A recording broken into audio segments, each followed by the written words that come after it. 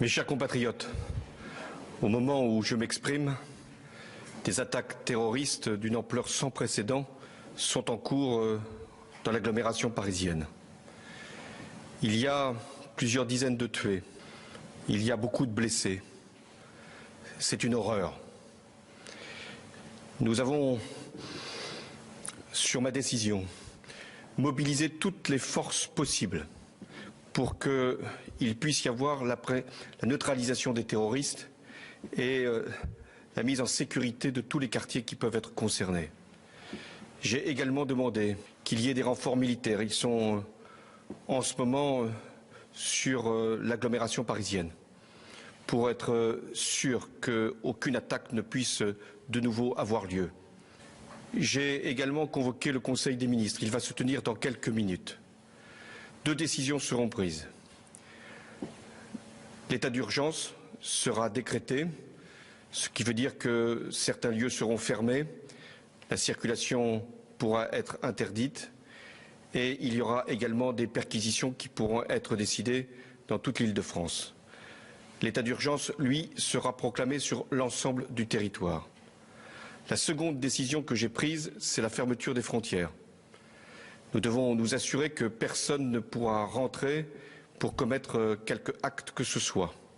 Et en même temps que ceux qui auraient pu commettre les crimes qui sont hélas constatés puissent également être appréhendés s'ils devaient sortir du territoire.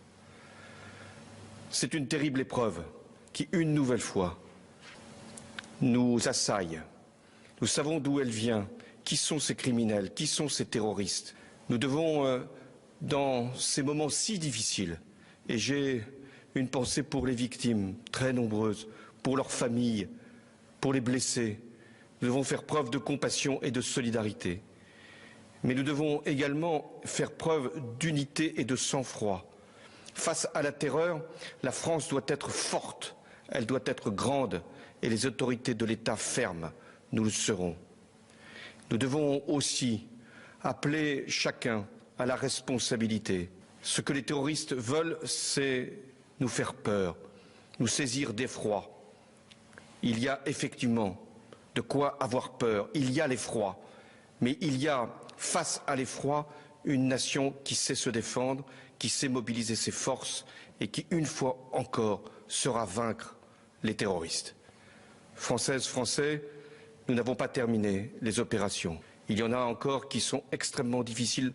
C'est en ce moment même que les forces de sécurité font assaut, notamment dans un lieu à Paris.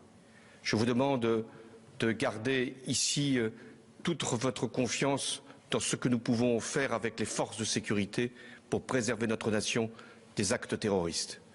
Vive la République et vive la France.